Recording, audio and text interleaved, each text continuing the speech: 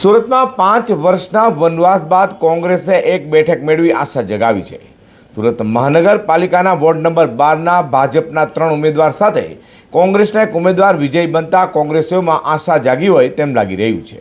ગત મહાનગરપાલિકાની ચૂંટણીમાં કોંગ્રેસના સુરતમાં સુપડા સાફ થઈ ગયા હતા, ત્યારે વખતે કોંગ્રેસના વોર્ડ નંબર 12માં ઉમેદવાર અરશદ જરીવાલા વિજય બન્યા છે।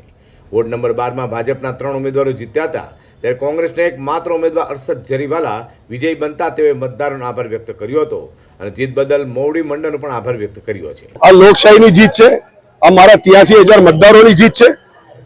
આ અહંકારી લોકો સામેનો લોકોનો પરચો છે।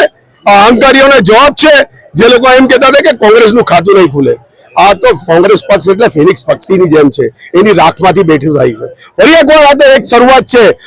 આ સુરત મહાનગરપાલિકાના સત્તામાં અમે કબજો કરીશું ને આવતું જે વિધાનસભાનું ઇલેક્શન છે એમાં બી અમે કબજો કરશું। જો અત્યાર સુધી કેવું હતું કે લોકોએ અમારી ઓફિસે આવવું જ પડતું હતું, પણ હવે અમે એક ગાડી બનાવશું જે ગાડીમાં લેપટોપ પ્રિન્ટર સાથે સોસાયટી વાઇઝ લોકો જશે અને ટૂંકમાં જ અમે 10 રૂપિયામાં જમવાનું શરૂ કરવાના છે અને 10 રૂપિયામાં મેડિકલ ટ્રીટમેન્ટ આપવાનું શરૂ કરવાના છે। એટલે પ્લાન તો ઘણા છે। આ લોકોએ જેટલા વિકાસની વાત કરી છે એ કંઈ કરવું નથી, એવું નથી। કોંગ્રેસ જ વિકાસ કરે છે અને અમે વિકાસ કરશું। સુરતના વોર્ડ નંબર 12માં કોંગ્રેસના એક માત્ર ઉમેદવાર અરશદ જરીવાલા વિજય બનતા તેઓએ મતદારોનો આભાર માન્યો હતો।